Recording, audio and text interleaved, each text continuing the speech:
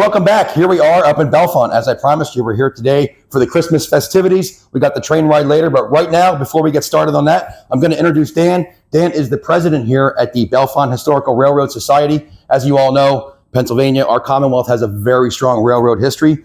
Some are still around, some aren't, but Dan is the president here, likes to keep that heritage going. So we're going to talk about the society and what they do, and then we'll get into the highlight of tonight for the train ride. Dan? Hey folks, so as he said, I'm the president of the organization. We were chartered in 1984. I've been the president for, I think, about 20 years now, and I've been told that it's a lifetime appointment. I wasn't told that when I was first elected, but you got reeled in. It's a blast. Now, as far as the society, as I mentioned, the Commonwealth, has a very strong railroad history. Everybody knows the Pennsylvania Railroad, correct? But there were so many smaller railroads throughout the Commonwealth between the communities, and this was one of them. And I want Dan to give a quick introduction of what the Bellefonte Railroad was.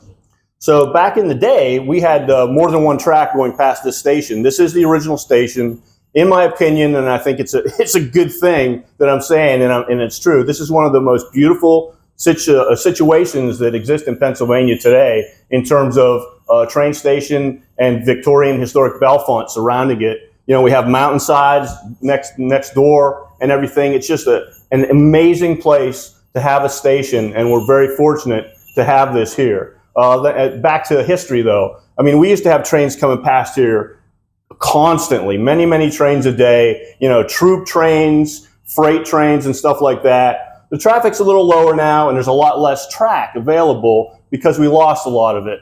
But we're trying to keep a hold of everything we have now, and part of the drive of our organization is to, indeed keep it as a community thing. We want to do rides for the people as opposed to just having freight coming through all the time.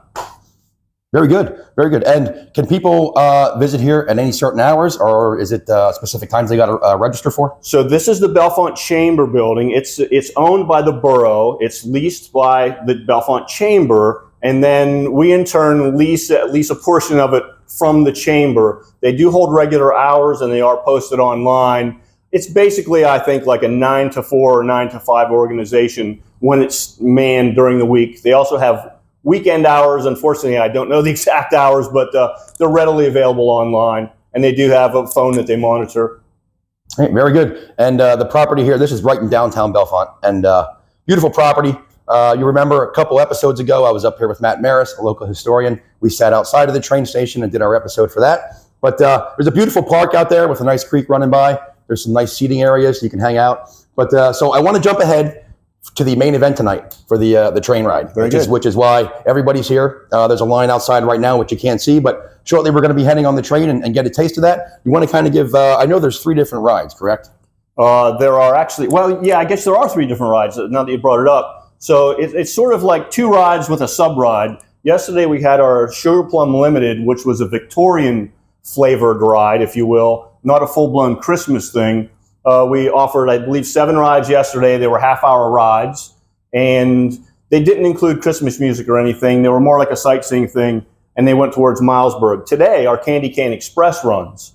They go in the other direction up towards Axman to the Fish Hatchery. They're a 1-hour ride. On board, you'll see Santa, Rudolph, Frosty, the Grinch, some elves. It's hard to know what you're going to find on board. We pass out cookies and some candy canes, and after the ride, everyone's invited to take a group photo with Santa and friends right outside the station. We have a cool little setup there. You'll probably see it later.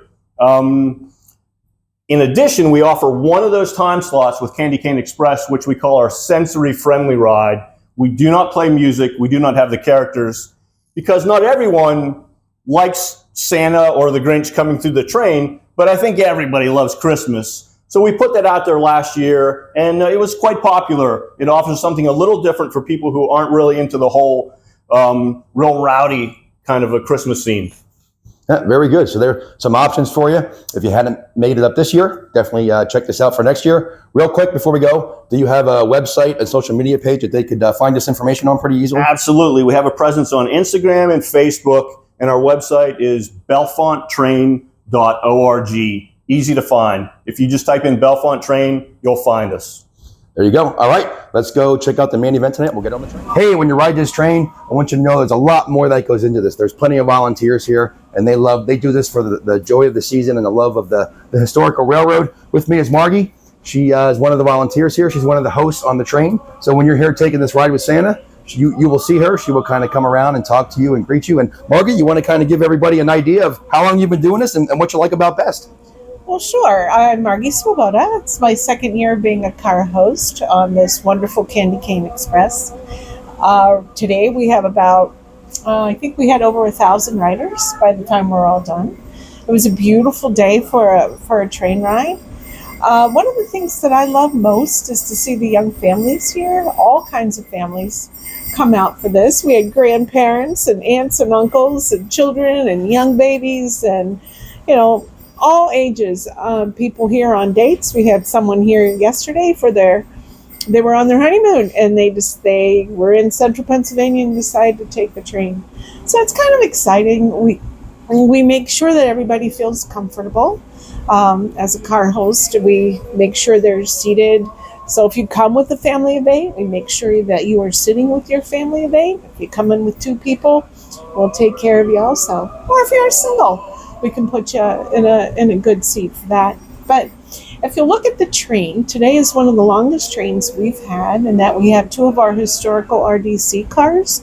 That's the rail diesel cars. So that's been exciting to have both of those cars on board this train. The train that you're looking at right now is our vintage car. It is, we think it was made back in the 1920s. So it doesn't have a lot of heat, doesn't have a lot of legroom, but boy, it has a whole lot of character. And I love it when the kids get off and the children get off and they tell us how excited they were for being able to be on this train.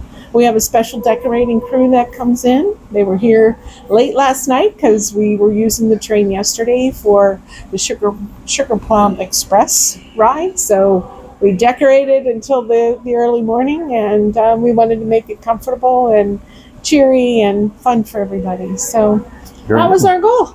Well, thank you, Margie. Well, there you have it. That these people that are volunteering to do this for your enjoyment, and they're lovely people. They obviously enjoy to do this. So you come here, you have a very friendly atmosphere. It's a really cool ride. We had a great time. Thanks again. We did. And be sure, if you haven't gotten here this year, check the social media for the Railroad Society, and be sure to get up here next year. All right, here in the lounge car, you can see we got all these wonderful items for purchase. These souvenirs you can purchase, and it benefits the Bellefonte Historical Railroad Society. With me is Andy. Andy is another one of the hosts. These hosts do a wonderful job here, and they're volunteers. They do this solely to bring the joy to you because they enjoy the spirit of the season, and they want you to come to see the trains, ride the historic train, and enjoy the lights. And today it was snowing, so we got lucky. We had snow with the lights and the train ride. But Andy, if you want to kind of give everybody an introduction of yourself and what you love about doing this. Sure. Thanks, Scott. We appreciate you being out here to do these videos with us. And yeah, thank you. My name's Andy. I've been doing this for roughly 15 years. We've had a couple different iterations of this over that time. But the cars we're running now, we have 3 North Shore Railroad Company cars that we lease and 2 of our own. We have 2 Bud RDC cars that run on this train. And we do things other than Christmas. We do have events throughout the year. We have a number of volunteers that support this organization. As was mentioned, we do have some souvenir items available for the BHRS. We have some lovely Christmas ornaments, some hats, and other merchandise available in the train station. All the proceeds from that do benefit the Railroad Society. But what most benefits the Railroad Society is folks like yourself coming out and riding the train. So all of the volunteers here are here to facilitate that. We want to be here hosting the train rides, and we need you folks to come out and ride the train to make that happen. So we'd love to see you on board. We've done the Christmas trains here that I've been doing them since 2009. We used to do it with a different set of equipment, but that's no longer available to us, and so we've started doing it with this set of equipment. We're very happy about it. Every year we upgrade it a little bit, get a little bit better. This year we added an additional car to the train set. That's given us a little bit more capacity, which means more people can ride. So we're very happy to do this. All of our volunteers love coming out. Lots of happy faces on board the Christmas trains. It's always a great time. We have visitors, usually from the North Pole, come down. Santa Claus is usually able to make an appearance on the train with some of his friends like Rudolph and Frosty. So we always love to have those guys come out too and get to walk through the train and greet everyone before Christmas time. Hopefully you'd like to come out and ride as well. But also check out our website, bellefontetrain.org. That's where you can find our upcoming schedule, or you can find us also on Facebook, on our Facebook page at Bellefonte Train. Very good. Thank you, Andy. And again, downtown Bellefonte, you can't go wrong. There's good restaurants, good place to go grab a beer, good place to walk around, some nice historic structures in town. So there's plenty of other stuff to do here as well. If you come down here during the day and it's out of season, the Christmas season, the train is not doing the Christmas train, but the historic train station is. Yeah, so here we have a train station that was built in 1899 that served the Pennsylvania Railroad and the Bellefonte Central Railroad here in downtown Bellefonte.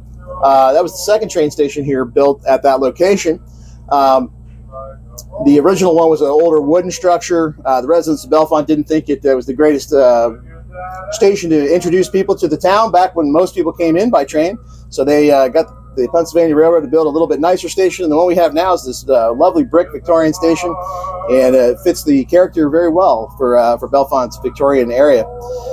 That station also serves as the Bellefonte Inner Valley Chamber of Commerce headquarters and for the Happy Valley Adventure Bureau Visitor Center. So if you're visiting Bellefonte, you can stop in there most weekdays during normal hours, and you'll be able to get maps of Bellefonte. There's a walking tour of Bellefonte available in the station. You can look around, see we have some items up on display, some old pictures of the railroad. There's always someone in there to answer your questions about town. There's also a small museum, has a little bit erratic hours, but there's a kayak museum that's in the old freight stations. And there used to be both a passenger station and a freight station here in Bellefonte. That freight station is now a kayak museum owned by Dave Kurtz. Look for their hours, and if you get a chance to come down, you can check out some of the interesting canoes and kayaks that he has on display there. Very good. Thank you, Andy. Yeah, you bet, Scott.